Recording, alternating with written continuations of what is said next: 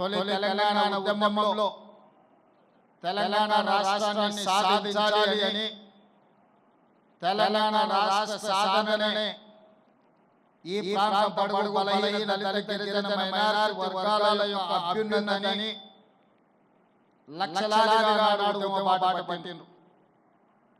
ఆ ఉద్యమ సందర్భంగా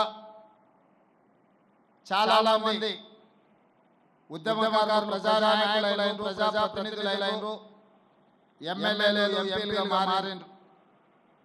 వాళ్ళందరూ రాజకీయ ప్రయోజనం పొందే ఒకే ఒక్కడు కొండాల లక్ష్మణ్ బాపూజీ గారు ఉన్న శాసనసభ సభ్యత్వమే కాదు మంత్రి పదవి కూడా రాజీనామా చేసి మళ్ళీ ఏదైనా బాధ్యత చేపట్టాలి అంటే ప్రత్యేక తెలంగాణ రాష్ట్రంలోనే చేపట్టడానికి పదవి త్యాగం చేసి వారు బ్రతికున్నంత కాలం ఏ పదవిని తీసుకోకుండా త్యాగానికి మారుపేరుగా ఈ దేశంలోనే కొండాల లక్ష్మణ్ బాపూజీ గారు ఆదర్శంగా నిలబడ్డారు.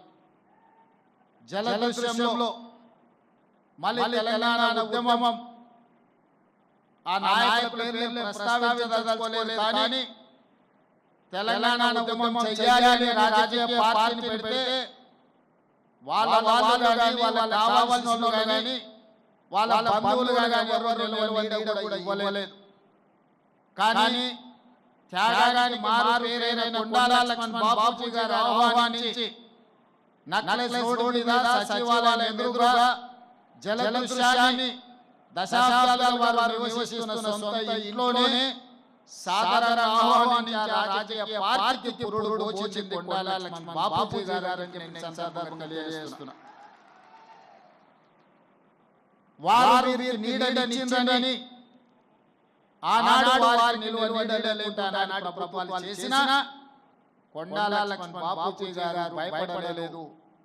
నేనున్నదే ప్రజల కోసం, నా త్యాగాన్ని ప్రజలు గుర్తుపెట్టుకుంటారు, ఈ ప్రజల కోసం సర్వం త్యాగం చేస్తానని ముందు వరుస నిలబడ్డది కొండాల లక్ష్మణ్ బాపూజీ గారు. కానీ దురదృష్టం